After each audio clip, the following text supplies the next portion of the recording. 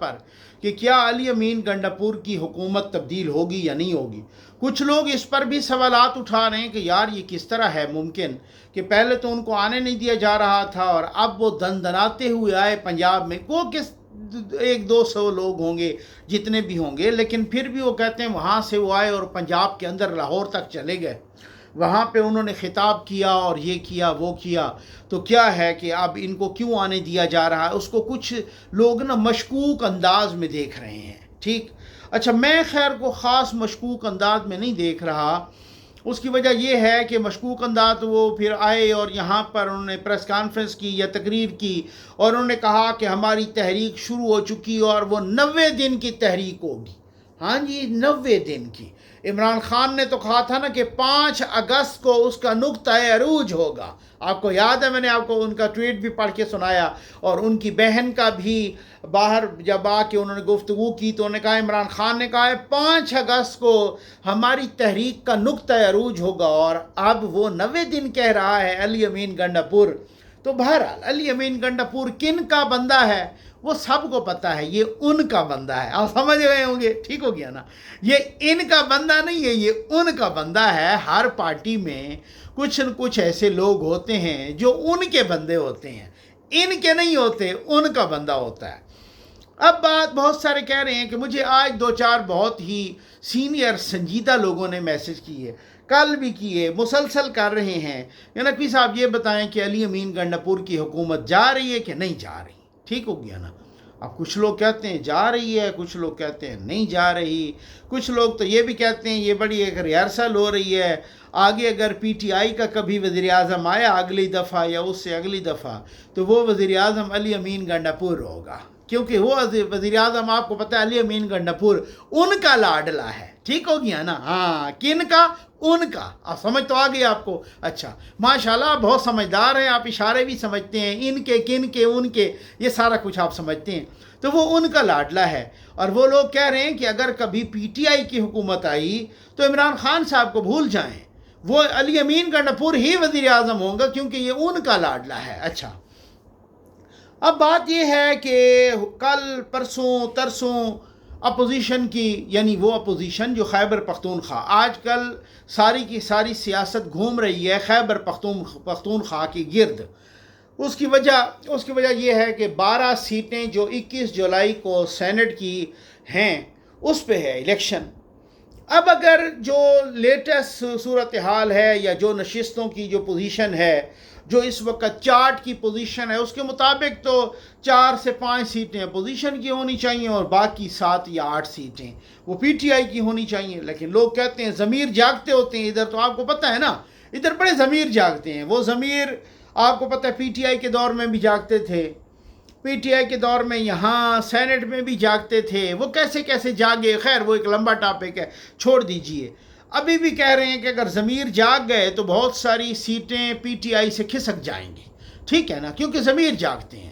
اچھا، اب اس میں وہ اب مولانا صاحب کے ساتھ میٹنگ، نون لیگ کی میٹنگ، پیپلز پارٹی کی میٹنگ مولانا صاحب کے ساتھ، تو اب یہ میٹنگ ہو رہی ہے۔ ابھی تک تو خیر وہ ایک دوسرے کے ساتھ نا سینٹ کی نشستوں کی تقسیم پر بھی وہ راضی نہیں ہو۔ مولانا صاحب میرا خیال ہے کوئی 3 سیٹیں یا اس سے زیادہ مانگ رہے ہیں، کوئی ان کی جماعت ہو میں کسی وجہ سے کہہ رہا ہوں، کامران مرتضیٰ صاحب کہہ رہے ہیں ایک ٹی وی شو میں کہ اگر 3 سیٹیں ہمیں مل جاتی ہیں پھر تو کمال ہی ہو جائے گا نا، ٹھیک ہے نا۔ تو خیر اب اس میں کچھ لے کچھ دے کچھ چل رہا ہے، ابھی تک کو اس کے لیے فائنل نہیں ہوا۔ پہلے تو فائٹ ہوگی، پہلے سب کچھ ہوگا سینٹ کی سیٹوں کے لیے، لیکن اس کے بعد کے بھی کچھ مراحل طے پا رہے ہیں اور اس پر بھی بات ہو رہی ہے، کیونکہ بھائی اگر سینٹ میں ہم مل کے چل سکتے ہیں تو اس سے آگے بھی مل کے چل سکتے ہیں۔ اس سے اگلا مرحلہ وہ علی امین کی حکومت کو تبدیل کرنے والا ہے۔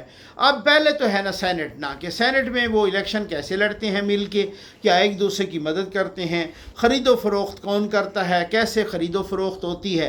یہاں پر ایسا ہی ہے، ہمیں یاد ہے ایک دفعہ ہمارے دوست ندیم افضل چاند صاحب غالباً، ہاں وہی تھے، وہ الیکشن لڑے پنجاب سے، ان کو 17 ووٹ ملے، تو لوگوں نے کہا بھائی یار ادھر تو آپ کی ٹوٹل 9 بھی کوئی نہیں ہے تو یہ 17 کیسے ملے؟ انہوں نے سب نے کہا پیپلز پارٹی، بھائی ضمیر جاگ جاتے ہیں لوگوں کے، تو وہ پھر جن کو دیتے ہیں تو وہ پھر ان کو دیتے ہیں، ادروائز تو پھر اب بہرحال یہ ہے کہ اگر ادھر بھی ضمیر جاگ گئے تو وہ بھی لے جائیں گے جن کی 2 سیٹیں بھی کوئی نہیں ہوتی اسمبلی میں، یہ بھی ہوتا ہے نا۔ تو اب وہ دیکھیں گے کہ 21 جولائی کے بعد کیا ہوتا ہے۔ پہلے تو 21 جولائی کی فائٹ ہے نا ساری، 21 جولائی۔ اب آ جائیں 21 جولائی کے بعد کی۔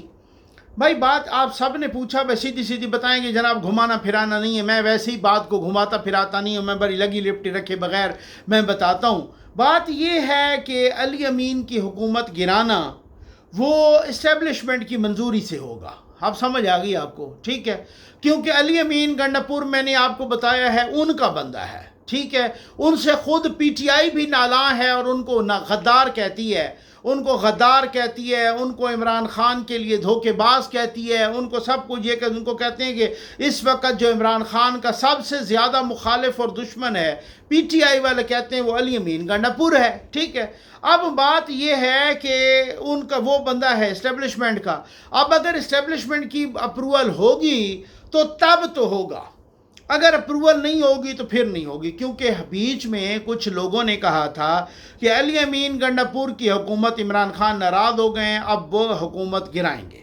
اب علی امین گنڈاپور نے اپنا دھڑا بھی بنایا ہوا ہے وہاں پر خیبر پختونخوا اسمبلی میں، وہ اپنے دھڑے کو اچھا خاصا کھلاتا پلاتا ہے، وہ اپنے دھڑے کے کام کرتا ہے، اپنے دھڑے کو فنڈز دیتا ہے، وہ سب بہت کچھ ہوتا ہے، انہوں نے اپنا دھڑا بھی بنایا ہوا ہے، کابینہ کے لوگ اپنے اس نے لگائے ہوئے ہیں۔ خیر اب بات یہ ہے کہ اگر علی امین گنڈاپور کی اپروول اسٹیبلشمنٹ دے گی تب تو وہ گرے گی۔ لیکن یار ایک بات ہے نا، اب یہاں پہ اگر حکومت بنے، ایک اس میں مولانا صاحب ہوں گے، ایک نون لیگ ہوگی، ایک اس میں پیپلز پارٹی ہوگی، اور ظاہر جب پیپلز پارٹی ہوگی تو اے این پی بھی ساتھ آئے گی، وہ بھی ہوگی، اور ان کے ساتھ بھی وہ نہیں ہو سکتی پھر حکومت تبدیلی، پھر پی ٹی آئی کا ایک دھڑا بھی شامل کرنا ہوگا۔ تو یہ جو 4-5 لوگ ہوں گے نا، اس کا مطلب ہے یہ 4-5 ذہن ہوں گے، اس کا مطلب ہے یہ 4-5 پولیٹیکل جماعتوں کی ایڈیالوجی ہوگی۔ تو اب اگر ان کی حکومت بن جاتی ہے، بھلے وہ پی ٹی آئی والوں سے کسی کو وزیر اعلیٰ لے لیں، بھلے نون سے لے لیں، بھلے مولانا صاحب کی جماعت کو لے لیں کسی کو، پھر کابینہ بنائیں گے تو وہ مختلف لوگوں کے وزراء ہوں گے۔ تو اگر کوئی اسٹیبلشمنٹ کیونکہ میں اس وجہ سے کہہ رہا ہوں معذرت کے ساتھ، کوئی لگی لپٹی نہیں، اس وقت جو سندھ میں ہو رہا ہوگا وہی ہوگا جو منظور اسٹیبلشمنٹ ہوگا، پنجاب میں بھی وہ کسی کو تن کا بھی نہیں ہلا سکتا، ٹھیک ہو گیا نا؟ نہ ہی خود اپنے وہ آٹا شاٹا چینی شینی کا ریٹ شیڈ ادھر ادھر کر لیں تو ٹھیک، اس میں بھی بڑی باتیں اور بہت ہی مداخلت ہے، لیکن اگر ایسے ہی جو ہے نا کچھ تھوڑا بہت، ادروائز کوئی تن کا بھی نہیں ہل سکتا اسٹیبلشمنٹ کی مرضی کے بغیر، نہ فیڈرل میں نہ کہیں چاروں صوبوں میں، وہ بالکل کنٹرول پورا شکنجا ہے، مطلب میں آپ اس کو کوئی لمبی چوڑی میں نہیں پڑھنا چاہتا۔ اب بات یہ ہے کہ اگر اسٹیبلشمنٹ نے کوئی بات منوانی ہوگی، یا ادھر کو لیجسلیشن کروانی ہوگی، یا ادھر کو قانون پاس کروانا ہوگا، یا ادھر کچھ بھی کروانا ہوگا، تو وہ پھر آپ کو پتہ ہے وہ پھر صورتحال ایسی ہوگی کہ وہ پھر وہاں 4-5-6 لوگوں سے کرے گی بات۔ لیکن اگر وہ 5-6 لوگوں سے نہ کرے تو پھر علی امین گنڈاپور وہ تو ایک ہی بندہ ہے، وہ پھر بٹھا دیتا ہے ساروں کو، وہ کہتا ہے یار اگر ہم ایسا نہیں کریں گے تو ہمارے ساتھ ایسا ہوگا، ہم تو غاروں میں بند ہو جائیں گے، ہم تو قید ہو جائیں گے، ہم تو بالکل بیہائنڈ دا بار چلے جائیں گے۔ وہ ڈرا ڈرو کے سارا کچھ ان کا معاملہ سیٹ کر لیتا ہے، ٹھیک۔ ابھی آپ کو پتہ ہے انہوں نے کہا ہے کہ اگر یا ہم بجٹ پاس نہیں کریں، حالانکہ عمران خان نے کہا تھا کہ جب تک میں اپروول نہیں دوں گا بجٹ پاس نہیں ہوگا، بجٹ پاس ہو گیا۔ اب ان کے اپنے لوگ کہہ رہے ہیں کہ عمران صاحب نے تو کہا تھا کہ وہ کون ہے وہ افریدی صاحب جن کو علی امین گنڈاپور اور وہ بنانا چاہتے ہیں سینیٹر، کہتے ہیں ان کو تو نہیں بنانا چاہ رہا تھا عمران خان، تو کسی اور کو بنانا چاہ رہا تھا، لیکن پھر بھی وہ دوبارہ وہ افریدی کو انہوں نے بنایا۔ تو پھر اس کا مطلب یہ ہے کہ عمران خان کی نہیں چلتی نا آج کل، نا عمران خان جو بھی کہتا ہے اس کے الٹ ہو جاتا ہے، اور علی امین اس کے الٹ کر دیتا ہے۔ تو عمران خان کہتا ہے یہاں سے ادھر ادھر آنا ہے تو پھر جانا نہیں، علی امین کھسک کے پھر خیبر پختونخوا ہاؤس چلا جاتا ہے۔ تو علی امین تو عمران خان کا توڑ ہے اس وقت، اور وہی تو اسٹیبلشمنٹ کو چاہیے۔ ایک ہی خامی ہے اور اس کی وجہ یہ ہے کہ خان صاحب اگر بگڑ گئے اور خان صاحب بہت ہی قابو کر گئے اور خان صاحب نے علی امین کو بلا لیا اور خان صاحب نے اوپن پیغام سب کو دے دیا کہ علی امین کو ہٹاؤ، اور اگر اس طرح سے کوئی صورتحال بہت ہی گڑبڑ ہوگی، مجھے تو نہیں لگتا کہ اتنی کو صورتحال آ جائے. اب اس وقت خان صاحب علی امین گنڈاپور کو نہیں ہٹا سکتے. اس کی وجہ یہ کہ علی امین گنڈاپور کے ساتھ اسٹیبلشمنٹ کھڑی ہے اور کندھے سے کندھا ملا کے کھڑی ہے، ٹھیک ہے نا، اور خان صاحب چاہیں بھی صحیح تو نہیں ہٹا سکتے. بس خان صاحب کے لیے عزت کا مقام یہی ہے کہ وہ چپ کر کے بیٹھے رہیں اور اسی طرح سے خان صاحب کا نام استعمال ہوتا رہے اور علی امین گنڈاپور جناب وہ نعرے اور وہی بھڑکے مارتا رہے خان صاحب کی کہ وہ ادھر سے وہ جو ہے نا پریس کانفرنس کرتے ہوئے بھی اور تقریر بھی، اور میں ان کو یوں جیل سے چھڑا کے لے جاؤں گا اور یہ کروں گا وہ کروں گا، وہ بھڑکے مارتا رہے اور ان بھڑکوں کو یوں تھی برداشت کرتے رہیں. ٹھیک ہے نا. ابھی کی تو یہ صورتحال ہے. اگر کوئی اس طرح سی صورتحال بنتی ہے کہ علی امین مجبور ہو جاتا تو پھر کو مجھے لگتا ہے کہ ہو سکتا ہے حکومت یہاں پہ تبدیل ہو جائے، کیونکہ حکومت کی تبدیلی سے مراد یہ ہے کہ جب اسٹیبلشمنٹ کو کوئی بات کرنا پڑے گی تو پھر مولانا صاحب سے بھی کریں گے، نون لیگ سے بھی کریں گے، پیپلز پارٹی سے بھی کریں گے، ANP سے بھی کریں گے، اس PTI کے اس دھڑے کو بھی منائیں گے کہ جو دھڑا ان کے ساتھ شامل ہو کے آئے گا. تو مجھے یہ بڑا عجیب لگتا ہے اسٹیبلشمنٹ کے لیے کہ 6-7 لوگوں سے بات کرے. اس سے ایک آسان سا طریقہ ہے علی امین گنڈاپور کو فون کریں اور سارا کچھ اگلا معاملہ خود کر لیتا ہے. اب جیسے علی حمزہ نے کہا ہے کہ عمران خان نے تو کہا تھا 5 اگست، اور یہ 3 مہینے کا پلان کدھر سے آیا ہے جو علی امین گنڈاپور نے یہاں اناؤنس کیا ہے. ایسے ہی ہوتا ہے نا، یعنی خان صاحب نے 5 اگست کا کہا اور علی امین نے 3 مہینے کا کر کے نا اس کی ایسی تیسی پھیر دی، اس کے پلان کو لیر و لیر کر دیا. تو بھائی ابھی تک سیدھی سی بات ہے، ہو سکتا ہے کوئی 21 جولائی کے بعد کچھ ایسی موو ہو جائے، لیکن اگر وہ حکومت تبدیل ہوگی تو اسٹیبلشمنٹ کی آشیرواد کے ساتھ ہوگی، اسٹیبلشمنٹ کی منظوری کے ساتھ ہوگی. اور وہ کیوں منظوری دے گی مجھے سمجھ نہیں آتی، میری سمجھ میں نہیں آتا، کیونکہ وہ تو انہی کا اپنا کاسلیس ہے، ان کا اپنا بندہ ہے. علی امین گنڈاپور اسٹیبلشمنٹ کا، بڑے گھر کا، کنٹرول ٹاور کا بندہ ہے. وہ کیوں اپنے بندے کو ہٹا کے، مجھے تو یہ شک پڑ رہا ہے اور بہت سارے لوگوں کو یہی شک ہے کہ جس طریقے سے اس کو لاہور تک جانے کا راستہ دیا گیا، جس طریقے سے، تو اگر اگلی حکومت PTI کی آ گئی تو اس کا وزیر اعظم علی امین گنڈاپور ہوگا. یہ یاد رکھیے گا، کیونکہ اسی طریقے سے اگر PTI دیکھیں عمران خان نے کون سا ایسا ڈھنگ کا کام کیا جس کی وجہ سے اسے ووٹ دیے جائیں. کوئی سستائی کی ہے اس نے، کوئی نوکریاں دی ہیں، کوئی گھر بنائے ہیں 1 کروڑ، کوئی 50 لاکھ اس نے 1 کروڑ نوکریاں دی ہیں، یا 50 لاکھ گھر بنائے ہیں، یا اس نے کیا ہے عمران خان؟ نہیں. لیکن یہ بات بھی ہے کہ سپورٹ اس کی آج بھی موجود ہے، ایک اوور ویلمنگ سپورٹ ہے. البتہ سروے آیا ہے، اس پر بھی میں نیکسٹ ویڈیو میں بات کروں گا. یہ جو گیلپ کا سروے آیا ہے خیبر پختونخوا میں، آج بھی بہت سارے لوگ سمجھتے ہیں کہ مریم نواز صاحبہ اچھا پرفارم کر رہی ہیں اور علی امین گنڈاپور برا پرفارم کر رہا ہے. لیکن آج بھی اگر عمران خان جیل سے نکل آیا اور اس نے نعرہ لگا دیا اور اس نے علی امین یہ بھی یاد رکھیے گا کہ اگلی بار عمران خان، مجھے نہیں لگتا کہ علی امین کو وزیر اعلیٰ بنائے. عمران خان نے پرویز خٹک کو کیوں تبدیل کیا تھا؟ اس لیے کیا تھا پرویز خٹک کو تبدیل کہ پرویز خٹک اس کا کہنا نہیں مانتا تھا، اور پرویز خٹک باندھ تو گیا اس کے کہنے پہ. اب اس کے بعد پرویز خٹک نے اپنا دھڑا بنا لیا تھا. اسی طرح سے علی امین کو بھی بنایا گیا، لیکن علی امین اب اس کو پتہ ہے عمران خان کو یہ میری بات نہیں مانتا، اگلی دفعہ عمران خان اس کو امیدوار نہیں بنائے گا. اب یہ اور بات ہے تو اس سے ملاقات نہ ہو اور اس طریقے سے وہ، کیونکہ اب تو وہ نکلے گا تو بہت ساری باتیں باہر نکلیں گی نا. بیرسٹر گوہر باہر آتا ہے تو وہ کوئی اور بات کرتا ہے، علیمہ خان باہر آتی ہیں تو وہ کوئی اور کرتی ہیں، علی امین باہر آتا ہے تو وہ کوئی اور کرتا ہے، عمر ایوب صاحب باہر آتے ہیں تو وہ کوئی اور بات، کوئی اور سلمان اکرم راجہ آتا ہے تو وہ کوئی اور بات کرتا ہے، اور سارے یہی کہتے ہیں کہ عمران خان نے یہ کہا ہے. اب کون کیا پتہ چلے عمران خان نے کیا کہا ہے، وہ سچ کہہ رہا ہے یا وہ سچ کہہ رہی ہے، یا وہ سچ کہہ رہا ہے، کون کہہ رہا ہے. تو یہ بہت بڑی، بہت سی صورتحال ایسی ہے. کنٹرول ہے اس وقت بھی اور شکنجہ ہے پورا. کس کے رکھا ہوا ہے اسٹیبلشمنٹ نے، پر بھی کوئی نہیں مار رہا، چڑیا بھی کوئی نہیں پر مار رہی، اور تو اور ہمارے محترم نجم سیٹھی صاحب کی چڑیا بھی پر نہیں مار رہی۔ امید ہے آپ کو ویڈیو پسند آئی ہوگی۔